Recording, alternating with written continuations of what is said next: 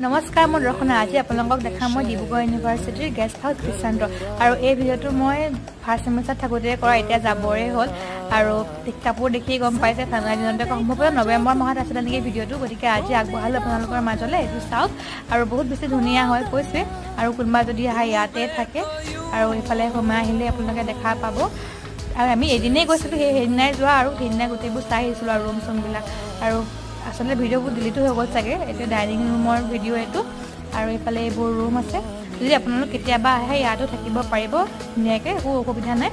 আৰু এইখিনি ইয়াৰ সৌন্দৰ্যখিনি আৰু তেতিয়া বাগান বিলিয়ে ফুলি আছিলে দেই আৰু এক চিকিউৰিটি গাৰ্ড খুৰাজনে আমাক দিলে বগৰী খাবলৈ বগৰীখিনি বহুত ভাল আছিলে খাবলৈ মানে এতিয়া মনত পৰিছে আৰু কথাবিলাক আপোনালোকক কওঁতে লাহে লাহে আৰু এয়া আমি চালোঁ মেলিলোঁ আৰু এতিয়া ধুনীয়াকৈ উভতিও যাবৰ হ'ল এইটো হৈছে প্ৰফেশ্যনেল বয়জ হোষ্টেল মানে সিহঁতৰ বাহিৰৰ ল'ৰা ছোৱালীখিনিৰ কাৰণে আৰু এইফালে এইটো